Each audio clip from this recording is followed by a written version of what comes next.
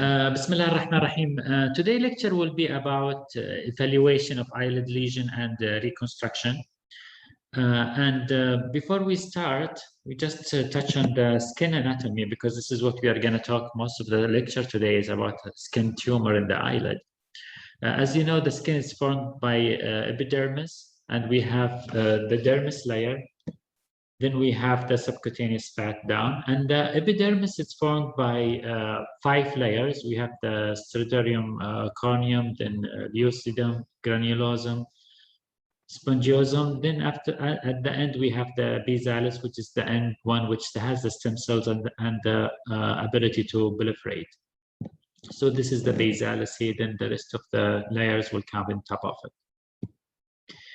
Along with the in the skin, we have also, along with that, we have the skin appendages, which we mean by it the sweat gland, which excrine or apocrine, and we have oil gland, which sebaceous, secreting sebaceous secretion, and we have the hair follicle. So all these can give rise to a different pathology that can happen in the eyelid.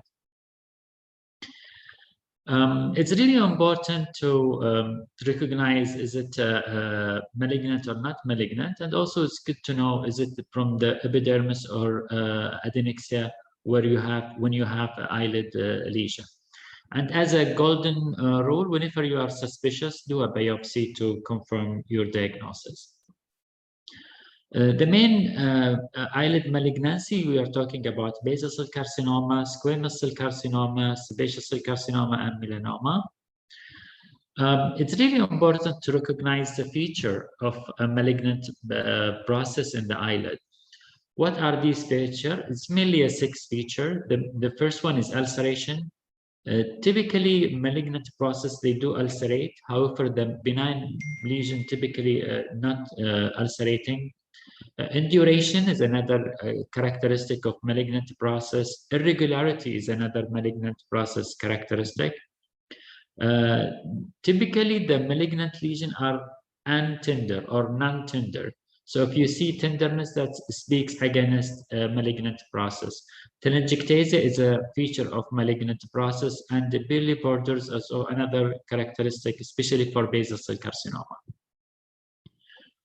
Basal cell carcinoma, most common eyelid tumor. It's around 90%, especially in the fair skin people. UV light exposure is a risk factor, and also being patient with the fair skin are more at risk. And the lower eyelid and medial canthal tendon, medial canthus area is more affected because of the risk of exposure in that area. And as again, we mentioned about the pearly borders and telangiectasia are one of the common features in basal cell carcinoma. So if you see this patient presented with lower eyelid lesion, you can see the ulceration, you can see the destruction and the irregularity, you can see telangiectasia, and you can see the pearly border in the border of the skin region here, or the eyelid lesion. And I can tell you this patient is not in pain, so it's not a tender process. And this is a common feature, or this slide presenting all the feature of malignant process, which is suggestive of basal cell carcinoma. So again, we are talking about ulceration, induration, irregularity, destruction, non-tenderness, telangiectasia, and pearly borders are a sign of malignancy. And this also applied in this picture. You can see the ulceration, induration, irregularity, and you can see the telangiectasia along with the pearly border, and this typically non-tender. This is another lesion with the same structure, and here you can see the irregularity and destruction of the lid margin along with the hair follicle in the affected part.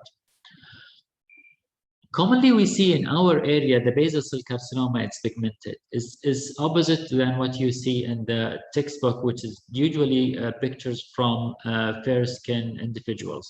In our area, because the pigmentation is more in our skin compared to the fair skin, and that's why pigmentation is one of the common features. I've seen it among patients with basal cell carcinoma in our area. Squamous cell carcinoma is another eyelid lesion and is less common than basal cell carcinoma, and sometimes is often look like a basal cell carcinoma. It can be either nodular type or indurated and with a plaque formation. It may be ulcerated like the basal cell carcinoma. Again, it occurs more in damaged skin with exposure to uveal tissue, and sometimes it's arising from actinic keratosis. It may be seen in a previous area that was scarred or burns or recurrent trauma or after radiation therapy. Squamous cell carcinoma is more aggressive than basal cell carcinoma, and they tend to go for distance metastasis, and they like spreading through the nerves, so it's like more neuroinvasion. Basal cell carcinoma usually is a local invasion. It doesn't go for metastasis. However, squamous cell carcinoma, it tend to go for metastasis, and the common route is a neural invasion. This is a patient with a squamous cell carcinoma, showing ulceration along with other characteristic of malignancy that we just touched on. And this is a patient with a squamous cell carcinoma. You can see the huge involvement involving the cheek and even above the brows. Sebaceous cell carcinoma is another tumor which typically less occurring comparing to basal cell and squamous cell. And it has special feature, what we call it vegetoid spread, late ulceration, and multifocal origin. Squamous cell carcinoma, as you know, it may present as masquerade syndrome. It may mimic chalazion, unilateral blepharitis, or conjunctivitis, and it's typically associated with loss of eyelashes. This is patient with, you can see thickening of the tarsus and the lid margin, and you can see thickening of the eyelid even. And this is a patient with unilateral feature of this condition, and the biopsy confirmed squamous cell carcinoma. This is another patient. You can see the ulceration and in this area along with the loss of architecture in the eyelid, and biopsy proven squamous cell carcinoma. This is another patient, and you can see the bulging, which is a result of from sebaceous cell carcinoma. Sebaceous cell carcinoma may originate from meibomian gland. It also can arise from other sebaceous gland in the eyelid. And biopsy is really important to confirm the diagnosis. And the problem with the sebaceous cell carcinoma, it has tendency for metastasis, and most common mode for metastasis is the lymph node. So whenever you have a patient with sebaceous cell carcinoma, we need to check for periocular lymph node for evidence of metastasis. So the treatment with usually with the excision and map biopsy to confirm the freeness of the ocular surface, because of this tumor tend to have multi-originity or vegetoid spread. This patient after excision with the wedge resection for the involved part of the eyelid with the sebaceous cell carcinoma. This patient, she has sebaceous cell carcinoma in the upper eyelid, and this is a lymph node enlargement because of the lymphatic metastasis. That is one of the features of sebaceous cell carcinoma. Okay, we'll move to pigmented lesion, and typically pigmented lesion are benign, but we can, in our area, we see a pigmented basal cell carcinoma, so it's not always pigmented lesion is a sign of a benign lesion, but it can happen with a basal cell carcinoma, especially in dark skin or slightly pigmented like in our area. Pigmentation, if you have a pigmented lesion that's uniform in color with symmetrical shape and regular border, this is mainly just a nephus, and we don't need to worry about it like in this lesion. Again, not all pigmented lesions are nephi, and not all nephi are pigmented, and any lesion may be pigmented, like what we mentioned about the basal cell carcinoma. So pigmentation can happen with nephus, can happen in other lesions, and also nephi can be pigmented or unpigmented. So how you diagnose melanoma? It's usually present with a recent onset or change of color or shape or size of the skin lesion. It can be of different color density or more dark in one area and more black in other area. The border typically is irregular or notching and symmetrical, and also the size typically to be large, and cutaneous melanoma, ulceration and bleeding may occur from this malignant tumor. And whenever you are in doubt, please do biopsy. That will confirm your diagnosis. This patient with the melanoma, as you can see the irregular borders, and you can see the pigmentation is not uniform, and you can see the large size that present in this lesion. This is lesion again with melanoma. As you can see that it's irregular, and you can see the dark, the color is not uniform, and you can see the border also is irregular. So we're moving now toward epithelial lesion, which can be actinic damage or actinic keratosis or keratocanthoma. We mean, and epithelial tumor also can include acrochordon or epidermal cyst and melia and seborrheic keratosis. All these are benign tumor in the epithelial lining of the skin. Actinic damage is result from ultraviolet, and that will present usually along with age because of accumulative damage to the skin with the sun exposure. And how they present with mottled pigmentation, epidermal atrophy, and deep furrows and wrinkles, and rough scaly skin. And sometimes it may result in transparent stiff skin because of the thinning in the skin itself. Like in this patient, you can see thinning in the skin with telangiectasia and rough surface. Actinic keratosis is a description for, or actually is present with oval erythematous plaques and papules with rough adherent white scales. It may be associated with actinic skin damage. It usually presents with multiple lesions in the face, scalp, and hand, typically in sun-exposed area. It's early lesion, it feels gritty, meaning it's a little bit rough, and it may lead to squamous cell carcinoma. That's why it's really important to follow these patients, and you may offer them cryotherapy if it's indicated. You can see here this is a sign of actinic keratosis. You can see the scales and the roughness on the skin. Keratocanthoma is referred to a rapidly growing dome-shaped tumor with the central keratin-filled crater. It usually grows between 4 to 6 weeks in the first phase, then after that involute over 4 to 6 months. It may be, some people, they consider it a low-grade squamous cell carcinoma, and treated by biopsy of the base for complete excision and rule out any possibility of left behind the squamous cell carcinoma. This is a patient with keratocanthoma, and this is after excisional biopsy and reconstruction.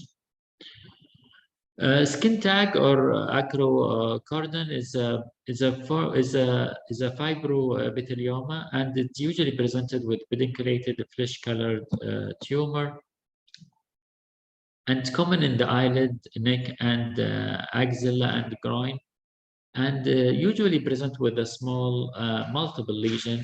And the treatment for this is just snipping it with the base of it. This is a skin tags or acrochordon.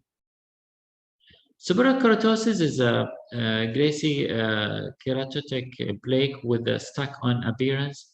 In the early stages, it's a small with 1 to 3 millimeter well-outlined oval flat lesion. Later, it becomes larger and thicker and more varicose lesion. Usually, it's colored between light to dark brown, and it's represent multiple keratin plaques on the surface.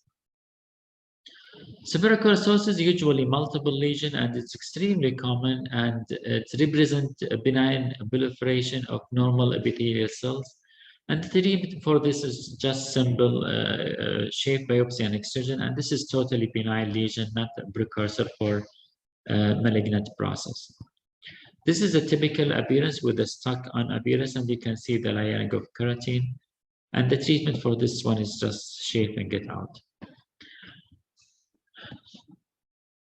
Cutaneous horn is a description which represents a horn-like projection of keratin. And it may present different lesions like seborrheic keratosis, vulgaris, nephus, actinic keratosis, keratocanthoma, squamous cell carcinoma, or basal cell carcinoma may present with cutaneous horn. Like this patient, it was when we do a biopsy, it was a basal cell carcinoma, and that was completely excised. A squamous papilloma is a pedunculated flesh-colored tumor, and this is again is a descriptive that rather than diagnostic, because it can present with different skin pathology like intradermal nephus, seborrheic keratosis, or actinic keratosis, or others. This is a patient with the squamous papilloma because of the I believe it was the secondary to basal cell carcinoma. Epidermal cyst, or some people they call it inclusion cyst. It's a whitish dermal subcutaneous round cyst. It contains cheesy desquamated keratin. It's not a sebaceous cell. It's a epidermal cyst, as we're gonna show you in a minute, and contain keratin that is forming what look like a cheesy material. It may be infected, or it may be ruptured and cause inflammation. And the treatment with opening with a sharp blade or whisker scissor, and scooping out the lining along with the material contained inside. And this is how it's present. This is a keratin-filled epidermal cyst. This is another patient with epidermal cyst. Melia is a small white epidermal lesion. It may present as in multiple lesion in the eyelid. It may occur in newborn, and the treatment for it is needling or removing it with a scissor or blade. This is a typical appearance of melia, and that's multiple small what look like rice appearance.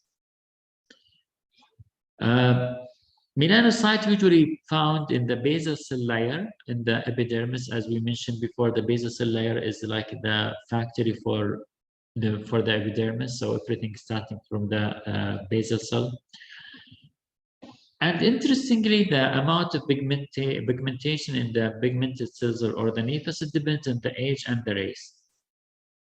Here you can see the pigment melanocyte in the middle of the basal cell layer, this one and this one. And nephi is a common thing we see in the eyelid, especially in the eyelid margin too, and can be pigmented or non-pigmented, can be small or large, flat or raised, and can be dome-shaped or polypoid. Pigmented lesion usually evolving over years, and common lesions are flat, can be elevated with variable pigmentation. Nephi can be either junctional, compound, and intradermal. The junctional one is represented with what look like a round oval light to dark brown lesion. It's around 2 to 6 millimeter large radially and darken into adolescence. Compound lesion is more of a gradually elevated lesion, and typically happens in the second decade of life. Intradermal lesions, nephi, are deeper in the dermis and represent as or present as a dome-shaped fine skin lines with it, and also it can be different appearance like sessile, or even can be polypoid. And typically in elderly patient, you can see the intradermal with loss of pigmentation because of the age of the nephi. This is a patient with junctional nephus, because you can see it's flat around 6 millimeter, and it's a little bit light to brown pigmentation. This is a junctional. This is a compound nephus, which is mainly toward the adolescent or the second decade of life. And this is the intradermal nephus, and you can see loss of pigmentation. This typically occurring in elderly. This is another intradermal lesion, intradermal nevus in the lid margin. Congenital nevi is one of the other things that can happen in the eyelid, and this is a pigmented lesion typically present at birth and may have hair growing through it that is coarse and may be large and increased. There is increased chance of melanoma in these congenital nevi, so close observation and warning the family about the sign of malignancy is really important in this kind of nevi. This is a patient with congenital nevus. This is a patient with a kissing nevi that happening in the upper and lower eyelid. Okay, regarding the eyelid Adnxal, we're talking about the hair, oil gland, and sweat gland, as we just mentioned in the first slide. And any of these adnexal structural tumors may arise from them and giving to abnormal growth in the eyelid. We can have benign adnexal tumor that originating from the oil gland, like external hordeolum or internal hordeolum, chalazion, or sebaceous hyperplasia. This patient with chalazion. Sebaceous hyperplasia is a small, shiny yellowish papules with the central embolication seen in overhead and the cheek, and common patiently present at age of 40. And it's related to hyperplastic, hypertrophied dermal sebaceous gland, and it may mimic basal cell carcinoma, so we need to be really meticulous in evaluating these patients. Like in this patient, you see this is sebaceous hyperplasia, and you can see the central embolication in this lesion.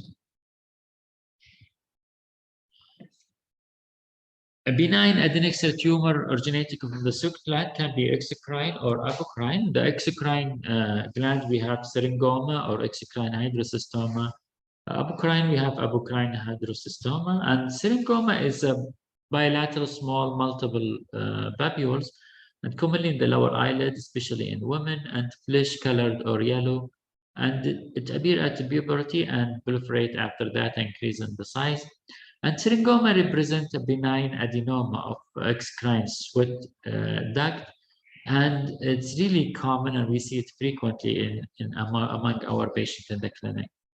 Syringoma is really difficult to treat, and you can excise them, but there are so many to excise them surgically. Treating them with a laser can be helpful, but sometimes it's not completely removed by laser. So they may need multiple sessions, and sometimes it's difficult to remove it with the laser completely. This is typical appearance of Syringoma. You can see the papules here that occurring in the lower eyelid, but also along, it goes down to the cheek. Apocrine hydrocystoma is a solitary smooth cyst nearby the lid margin, and can happen at any age, but commonly around 50 to 60 years of age, and present with a flesh-colored and translucent and maybe sometimes bluish color. And it actually represents adenoma of apocrine cyst apocrine gland, and not a true retention cyst as some people think. This is a apocrine hydrocystoma, and it's a sweat gland adenomatous changes. This is apocrine hydrocystoma again, and this is a fluid-filled cyst. Okay, we'll go now to the hair follicle-related tumor. We have the tracheoepithelioma, we have tracheolymoma, we have tracheofolliculoma, and we have polymetrixoma, which is the most common one among these hair follicle tumors. This is a patient with the polymetrixoma of the lower eyelid, and this is a patient after excision with making it heal with the granulation.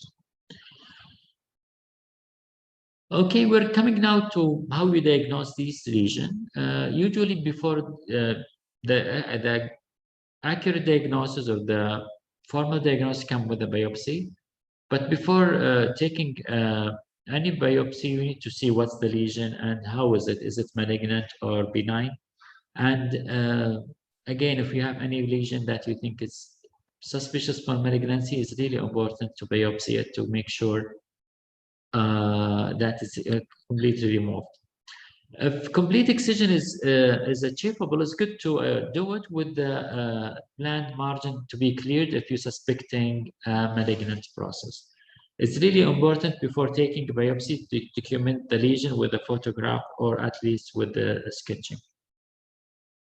This patient with a basal cell carcinoma, and you can see destruction, ulceration, telangiectasia, and that can be dealt with complete excision with the wedge ridge resection along with the safety margin. Biopsy can be either a shape biopsy, incisional, or excisional biopsy and closure. Shape biopsy is typical for papillomatous lesion, seborrheic keratosis, and Nevi. And this is a patient with papillomatous lesion, and this is after shape biopsy and this excision. And this is also another papilloma with the complete excision. This patient with actinic keratosis, and this is after complete shaping excision with the hair is starting to grow again. If you have a cystic lesion, you can do either municipalization or complete excision with a closure. This patient with epidermal cyst, and this is after municipalization and evacuating the cyst and its lining, and this is being healed with a granulation. This is apocrine cyst, and this is after complete excision, and this after being healed up. Sometimes we need to do a bunch biopsy, especially for a big lesion. And when you do a biopsy, you need to make sure that you include the most likely involved part or represent part of the tumor. And this patient with melanoma, and you take a punch at the edge or transition between the dark and the lightly dark lesion to get the accurate diagnosis.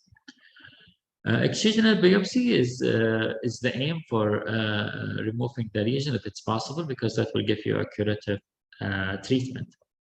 This patient after excisional biopsy with Mohs surgery. So after excisional biopsy and getting a clear margin, we need to do reconstruction.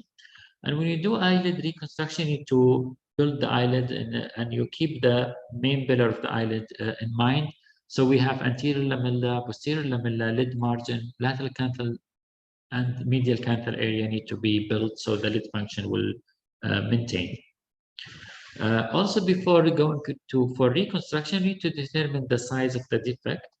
And also after that, you need to see what can be done to cover this defect. Reconstruction can be achieved with direct closure if it's possible. Sometimes we need skin graft, and sometimes we'll need to do lacrimal drainage reconstruction along with the reconstruction. And sometimes we need to do flaps to cover the area. If the eyelid defect is less than 25, typically they can be closed easy with a direct closure, and sometimes maybe we need to do a lateral tarsal strip to help closing it. This patient has a skin lesion in the lower eyelid, and this is after direct closure. This patient with the wedge resection and can be closed directly because the defect was small. This patient again with a direct closure. This patient with a direct closure because the defect was less than 25%. Sometimes along with the direct closure, we need to skin graft. So we can take it from skin behind the ear or from the supraclavicular. And the best skin to take is to take it from the other eyelid. So if you have extra skin in the other eyelid, it's good to take skin from the other eyelid and to use it to cover the defect in the eyelid involved. This patient with the defect in the brow area, and this is after a skin graft, and that skin was taken from the upper eyelid here. If you can see, the patient has excess skin. The excess skin was removed and used to cover the defect here, so it will be better match than skin far from the eye. This patient after skin grafting, and typically when we put the skin graft, we'd like to do a pressure on it, so we prevent fluid from accumulating between the skin graft and the bit of the defect. So the fluid the problem with the fluid is it may cause some necrosis in the skin grafted, so it's good to put a pressure to prevent fluid from accumulation. This patient after skin graft of the upper eyelid. And sometimes, most of the time, if it's especially the fair skin that heals up nicely, However, with the darker skin, the healing may be not be that pleased to the patient. If the defect is between 25 to 50, we can do canthectomy cantholisis for repairing of the lid margin. Also, sometimes you may need to do a tensile flap. This patient with the canthectomy cantholisis to close the defect because it was difficult to close it with the direct closure. And this is just after. And this patient with large defect, and this defect, we need to use a flap. The beauty about the flap, it will give a really good healing for the area, and also the skin will be better match, and the vascularity will be guaranteed. So less chance for necrosis if you're doing flap in the area surrounding the defect to be covered. The beauty about flap again is provided good blood supply, less chance for contracture, and locally available tissue, and less chance for infection, and excellent color match and texture match compared to the surrounding area. If the defect is between 50 to 100, we need to do sometimes canthectomy cantholisis, and also need to keep in mind repairing the lid margin along with that. And sometimes we can use a tensile flap. If it's not enough, maybe we go for a Hughes flap, especially for the for lower eyelid, and Cutler procedure for the upper eyelid. This patient with the Hughes flap, the patient has large defect in the lower eyelid, and after taking tarsus and conjunctiva from the upper eyelid to the lower eyelid to cover the defect, as you can see it here is covered. Then after that, a mucocutaneous flap was advanced to cover the eyelid here as shown in this picture. Sometimes we can use a graft to cover this area, skin graft, but if you have redundant or you have a fillable flap or skin to advance, it will be really better choice, like what happened to this patient. This patient again with the Hughes flap, and this is a defect, large defect. This is after tarsal flap that brought from the upper eyelid to the lower eyelid, and here after the closure. And typically we can keep the flap between 3 to 6 weeks. Then after that, you can divide it to open the eyelid. Glabellar flap is another choice, especially in the nearby the nasal bridge, like in this patient. And this is a patient after glabellar flap. Sometimes if the defect is big, we can take a medium forehead flap to cover the defect, like what happened with this patient. Sometimes if the defect is so big, we need to take a larger flap that involves larger piece of the or larger part of the forehead to cover the defect. Again, the flaps can be used for the lower eyelid if large defect, like in this patient with Mustarde cheek rotation flap to cover the large defect of the cheek in the left side here. This is a patient after the surgery. If the defect in the upper eyelid, we can use a Cutler bird procedure to reconstruct the upper eyelid. And this is patient after reconstruction. Other thing I want to touch on is the topical treatment for basal cell carcinoma. As we mentioned before, the goal of what you call the gold standard procedure for basal cell carcinoma is complete excision. However, sometimes the surgery cannot be done for different reasons. And for this, if the lesion is small or slightly big, we can use topical treatment with imiquimod. And imiquimod is a kind of immune modulator. It acts by simulating innate and adaptive immunity and inducing apoptosis in the tumor cells. Imiquimod is a topical treatment cream that's applied in the skin lesion once or twice per day, typically once a day, 3 to 5 times per week, and typically need to be used for long duration, ranging between 6 to 16 weeks at least. Imiquimod was found to be a useful alternative treatment for nodular type of basal cell carcinoma, especially if the lesion is less than 10 millimeter or less than a centimeter. If the lesion is more than a centimeter, it works as a new adjuvant effect with the surgery. So it will shrink the tumor, and then after that, surgery can be applied. This is a patient after imicmod treatment. As you can see, this is the lesion, the basal cell carcinoma, and this is after treating it with the cream for around 3 months. Other interesting treatment for basal cell carcinoma, especially for advanced basal cell carcinoma, is using the hedgehog pathway inhibitors, which was approved for the advanced basal cell carcinoma in 2012, and the first one was approved was Fismodeg. And this one act by working in the SMO antigens in the cells, and that will prevent proliferation of the tissue and shrinking of the tumor.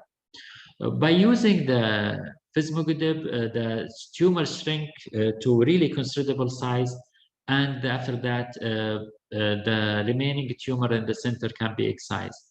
And this is an example that from the literature, as you can see, the tumor here is really large, and the biopsy was basal cell carcinoma.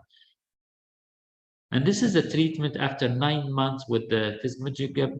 And this is an oral treatment that takes daily by the patient. And they usually need to use it in a really long duration.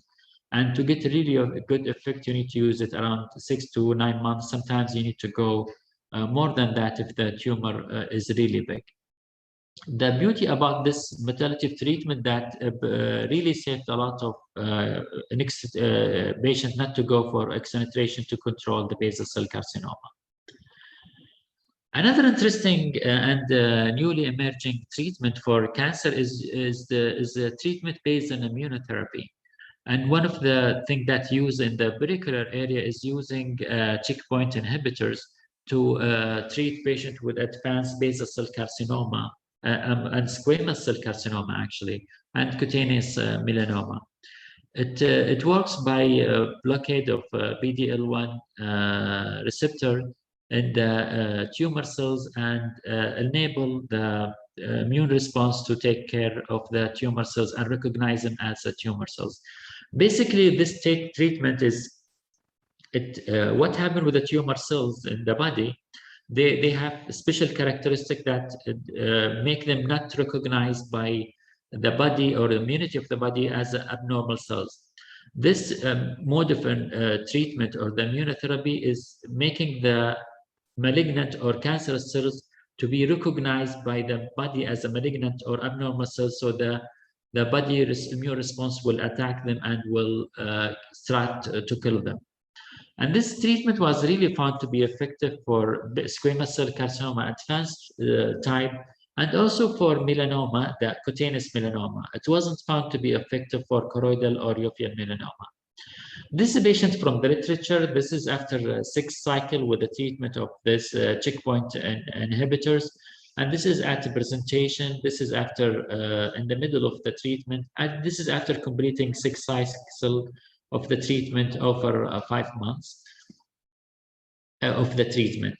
And by this one, really response and saving patient from excineration becoming more accessible than before. And hopefully in the future, we'll have more coming targeted therapy, immune-related or immunotherapy that will help us to treat these advanced conditions that we have no choice before other than excineration.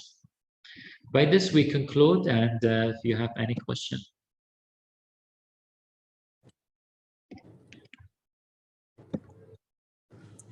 Hello. Aywa. This is Umar Al-Abedan. Thank you, Professor Adel, for that nice, informative lecture. I have a question, if you don't mind. Sometimes we face patients in the ER with an incidental finding. We see them with a pigmented lesion. We ask them, is this since log time? Is it changing? They are not sure. Do you have any picture?